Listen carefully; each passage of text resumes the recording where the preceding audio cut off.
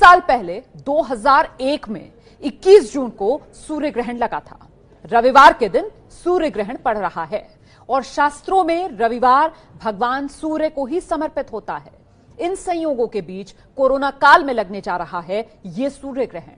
महीने में दूसरी बार ग्रहण लगने जा रहा है। अभी 10 दिन पहले ही चंद्र ग्रहण लग चुका है, इसीलिए इसे बेहद दुर्लभ माना जा रहा है।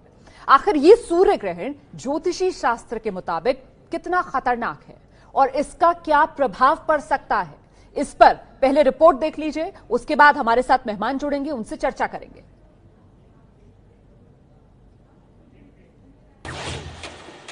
साल के सबसे बड़े दिन काल बनकर आ रहा है सूर्य ग्रहण।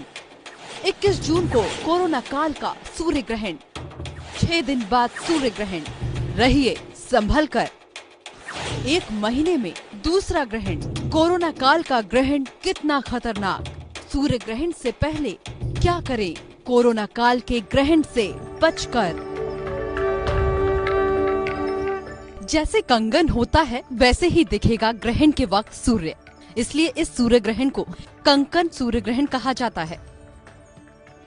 सूर्य ग्रहण रविवार यानी 21 जून को सुबह 9:16 पर शुरू होगा। पूर्ण स्थिति में ये 12:10 पर आएगा और दोपहर 3:04 पर सूर्य ग्रहण समाप्त हो जाएगा। इस ग्रहण में दिन में भी शाम जैसी स्थिति हो सकती है। इस ग्रहण को सीधी आंखों से बिल्कुल ना देखें। एबीपी न्यूज आपको सूर्य ग्रहण की सीधी कवरेज दिखाएगा, इसलिए टीवी, मोबाइल या किसी भी स्क्रीन पर देखें, लेकिन सीधे सूर्य को ना देखें। वैसे भी दिन में 10 बजे के बाद सूर्य की रोशनी इतनी तेज होती है कि उसे देखना आंखों के लिए सही नहीं होता। ये सूर्य ग्रहण भारत समेत एशिया, यूरोप, अफ्रीका, ऑस्ट्रेलिया और दक्षिण पूर्व अमेरिका में दिखाई देगा। सूर्य ग्रहण का सूतक ठीक 12 घंटे से पहले लगता है, यानी सूतक 20 जून को रात 9:16 से शुरू हो जाएगा। बुजुर्ग, बीमार, बच्चे या गर्भवती महिलाओं के लिए सूतक का वक्त अलग होता है, इसलिए दवा और जरूरी चीजें ले सकते हैं। ज्योतिष शास्त्र के मुताबिक इस सूर्य ग्रहण का अद्भुत संयोग ये है कि 2 या 3 जुलाई, फिर 16 या 17 जुलाई और फिर 26 दिसंबर के बाद ये लगातार चौथा ग्रहण होगा जो मिथुन धनु राशि की एक्सिस में पड़ रहा है। स्वतंत्र भारत की कुंडली वृषभ लग्न की है और उसमें ये राशियां धन, अर्थव्यवस्था, जीडीपी, मृत्यु भाव और छद में युद्ध आदि को बताती हैं। यानी जहां ग्रहण दिखेगा वहां युद्ध जैसे हालात बनेंगे। समुद्र में आपदा भी आ सकती है। समाज के भीतर परेशानी बढ़ने की भी आशंका है। ज्योतिष शास्त्र के मुताबिक इस बार सूर्य ग्रहण के दिन 9 ग्रहों में से 6 ग्रह वक्री चाल में रहेंगे, यानी उल्टी दिशा में चलेंगे। हालांकि विज्ञान इसे मात्र खगोलीय घटना मानता है, इसलिए इससे डरे नहीं, सावधान रहें।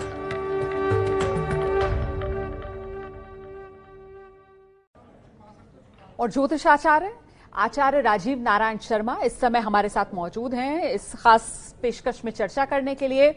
आचार्य राजीव जी, सबसे पहले तो आप ये बताइए कि ये जो सूर्य ग्रहण 21 जून को पड़ने वाला है, कितना खतरनाक साबित हो सकता है?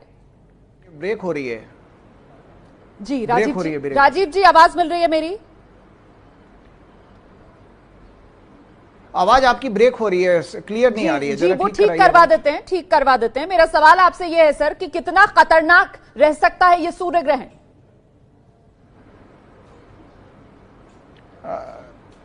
जी, हेलो जी राजीव जी, कितना खतरनाक रह सकता है ये सूर्य ग्रहण सर? हाँ, देखिए ऐसा है रुमाना जी कि ग्रहण खतरनाक ये माना जाता है कि भाई उसके ऊपर कितने ग्रहों का प्रभाव है। अब यहाँ पर जो सूर्य 21 जून को, और सूर्य तो कल ही राशि बदल गए, मिथुन राशि में चले गए हैं और सूर्य राहु के साथ हैं, यहाँ पर वक्री बुध भी हैं। इसके ऊपर जो मंगल की दृष्टि आ रही है, इसकी वजह से ये ज़्यादा खतरनाक हो गया है। और यहाँ पर भी मंगल एक ऐसा मंगल है जिसको शनि दृष्टि देकर के और ज़्यादा खराब कर रहा है। आम जनता, देशवासी और मेरे आपके व्यूअर ये जान सकते हैं कि एक व्यक्ति जैसे कोई क्रूअल मेंटालिटी का हो और उसको आप उसके हाथ में कोई AK-47 दे दो तो वो और ज़्यादा वो बिगड़ जाता है। इसी तरह से यहाँ पर हुआ कि मंगल की दृष्टि सूर्य इस सारे ग्रहण के कॉम्बिनेशन पर शनि से पीड़ित होने के कारण यह ग्रहण ज़्यादा डेडलीएस्ट हो गया है। इसके अंदर ये डेडलीस्ट, क्योंकि दो की सन भी एनर्जी का पावर है, सिग्निफिकेटर है, और मंगल भी एक फायरी एनर्जी है, फायर जो उसको कहते हैं। तो जब दो फायर इकट्ठी हो रही हैं और तो यहाँ, और जिस हाउस में हो रही है वो मिथुन राशि है, भारतवर्ष का दूसरा घर है, तो ये ग्रहण इस समय ज़्यादा खतरनाक है। अब आगे इसके अलग अलग जो है रिजल्ट्स देखे जाएंगे, लोगों के स्वास्थ्य से संबंधित हो सकता है, क्योंकि भारत की जो आज़ाद भारत की, स्वतंत्र भारत की कुंडली है वो टॉरस लगन की है। उस टॉरस लगन में सूर्य जो है सिंह राशि चौथे घर में आती है। चौथा घर हमारा था भूमि सुख, आंतरिक सुख, इंटरनल पीस, इंटरनल हैप्पीनेस। तो उसका प्लेनेट जब अगर पीड़ित हो रहा था, इसका मतलब है हमारे देश में इंटरनल डिस्टर्बेंस, प्रजा को बहुत सारी कष्ट और असंतोष होने वाला है। चौथे ही घर से मेदिनी ज्योतिष में मौसम देखा जाता है, वेदर, तो वेदर भी बहुत हार्श वेदर होने वाला है। तो ये सब परिणाम ये देखते हैं कि एक बैक टू बैक प्रॉब्लम आपके साथ 26 दिसंबर में एक इक्लिप्स आया था, उसके बाद एक बड़ा इक्लिप्स आ रहा है, उसी एक्सिस में आ रहा है जहां पर पिछले जुलाई में 2 इक्लिप्स हुए थे। उसके बाद तो जुलाई से इस जून तक, मतलब एक साल मान लीजिए, पिछली जुलाई 2019 से लेके जून 2020 तक 4 इक्लिप्स एक ही राशि के एक्सिस में आ गए हैं। तो ये इसलिए ज्यादा खतरनाक हो गया है। तो आचार्य राजीव, मैं इसके प्रभाव पर आगे विस्तार से आपसे चर्चा करूंगी, लेकिन पहले मैं ये जानना चाहती हूं कि जिस तरीके से इस बार ये सूर्य ग्रहण 21 जून, जो साल का सबसे लंबा दिन होता है, अच्छा रविवार को सूर्य ग्रहण पड़ना, तो ये जो अद्भुत संयोग है, इससे किस तरीके का प्रभाव इस सूर्य ग्रहण का बन रहा है? बिल्कुल साफ नहीं।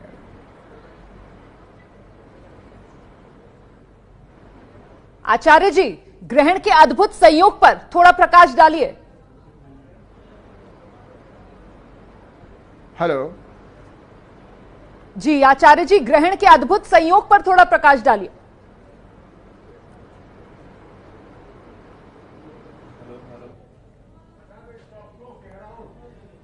मुझे लगता है आवाज नहीं मिल रही है आचार्य राजीव जी को। हम ठीक करने की कोशिश करते हैं, जो कुछ तकनीकी दिक्कत आ रही है, दोबारा से बात करेंगे आचार्य राजीव से। देखिए, ग्रहण के दौरान क्या करें ये आप जान लीजिए जरूर से, कि व्रत करना है आपको, दान करना है, खाने में तुलसी का इस्तेमाल ज्यादा से ज्यादा करना चाहिए ग्रहण के दौरान। ऐसा तमाम जो ज्योतिष आचार्य हैं, जो जानकार हैं, वो बताते हैं शास्त्रों के। तुलसी जो है वो दरअसल नकारात्मक ऊर्जा जो है उससे बचाती है, इसलिए तुलसी पत्ते का सेवन जो है वो ज्यादा से ज्यादा करना चाहिए ग्रहण के दौरान। गायत्री मंत्र का आप जाप कीजिए, सूर्य के मंत्र का आप जाप कीजिए। सूर्य ग्रहण है, इस मौके पर सूर्य के मंत्र का जाप करना शुभ फल देता है। हनुमान चालीसा का जाप करने से एक तरीके से जो मानसिक बल है वो बढ़ता है। गुस्सा, नफरत, आलोचना पर काबू रखें, क्योंकि बेहद खतरनाक इस बार का ये सूर्य ग्रहण। और जिस तरीके से अभी आचार्य राजीव बता रहे थे कि कोई पहले से ही बहुत ही गुस्सैला व्यक्ति हो और मान लीजिए आप उसके हाथ में कोई हथियार दे दें तो फिर वो किस तरीके की तबाही कर सकता है, इसका अंदाजा आप लगा सकते हैं। ये अभी अभी आचार्य राजीव जी ने एक उदाहरण दिया था हमको समझाने के लिए, इस सूर्य ग्रहण का प्रभाव किस तरीके का रह सकता है, कितनी सावधानी आपको बरतनी है। इसीलिए ये जानना आपके लिए बेहद जरूरी हो जाता है, क्योंकि खासा खतरनाक इस सूर्य ग्रहण को माना जा रहा है। अच्छा, मैं उनसे सवाल का जवाब ये लेना चाह रही थी कि जो अद्भुत संयोग इस बार बन रहा है उससे क्या इसका प्रभाव और बढ़ रहा है। और वो अद्भुत सहयोग जिसका मैं जिक्र कर रही हूं वो ये कि भाई 21 जून साल का सबसे लंबा दिन होता है, उस दिन ये सूर्य ग्रहण पड़ रहा है। अच्छा, रविवार जो वैसे ही सूर्य का दिन माना जाता है, उस दिन ये सूर्य ग्रहण पड़ रहा है।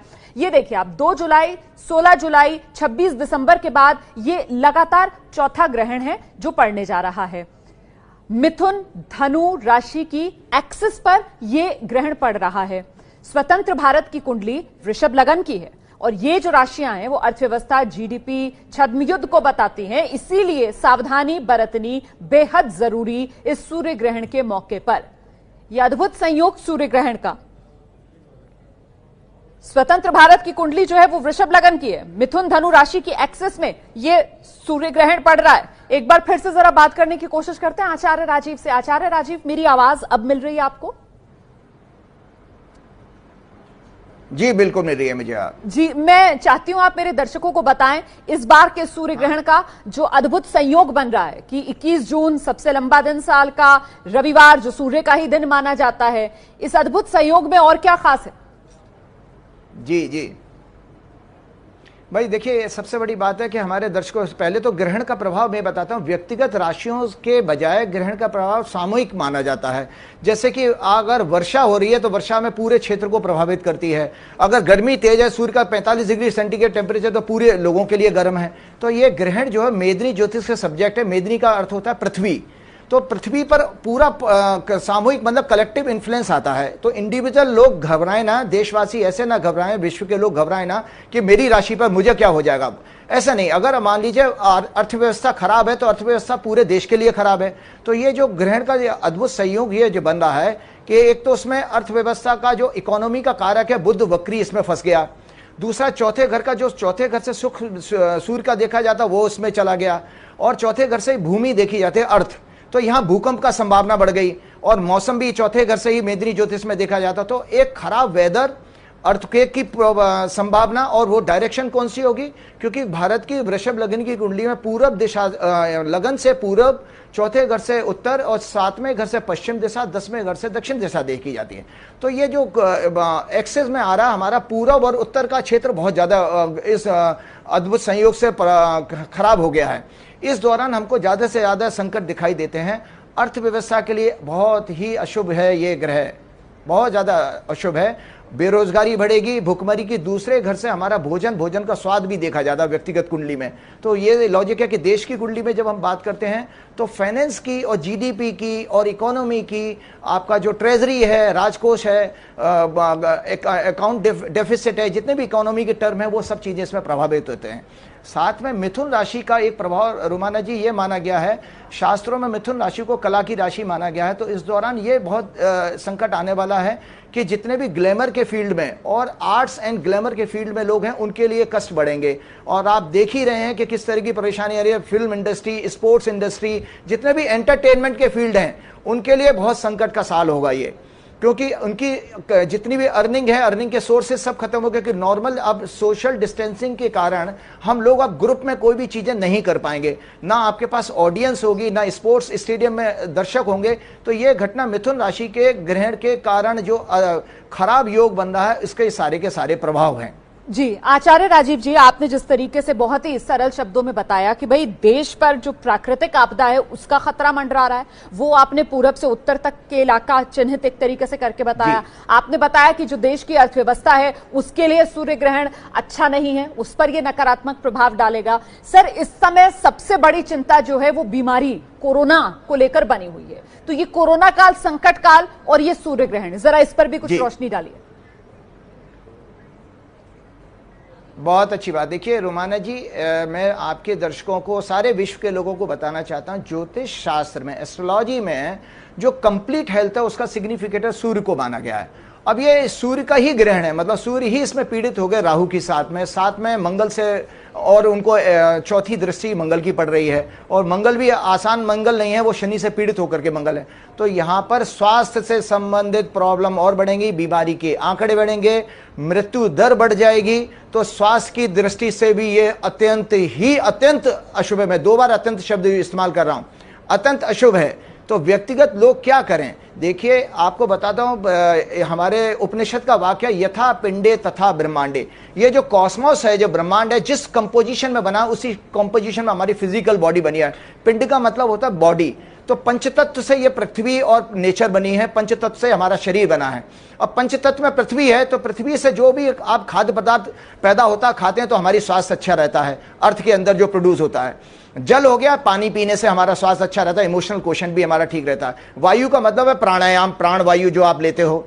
और अग्नि का मतलब है बेसिकली फायर, जिससे आपकी कुकिंग वगैरह होती है। और एनर्जी का सोर्स है, टोटल एनर्जी, जो सन की एनर्जी है वो भी, और जो आपकी बॉडी में आपकी डाइजेस्टिव फायर है वो भी अग्नि हो गया। अब एक चीज आती है, आकाश तत्व तो हमको पता नहीं है, ईथर एलिमेंट।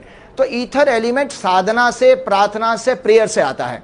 तो इंसान की इम्यूनिटी में ये पांचों को बैलेंस करिए विश्व के लोग एक बात पे ध्यान रखें, सारे देश के, क्योंकि अब आपका चैनल विश्वव्यापी हो गया, आपने ऐप बनाया है और ऐप के जरिए आपके विश्व में सारे लोग देख सकते हैं। तो मैं सब विश्व के लोगों को बताता हूं कि कोरोना क्राइसिस डेडलीस्ट नहीं है, कोरोना कोई वायरस नहीं है। संसार जब तक रहेगा तो संसार में अमृत भी रहेगा और विष भी रहेगा।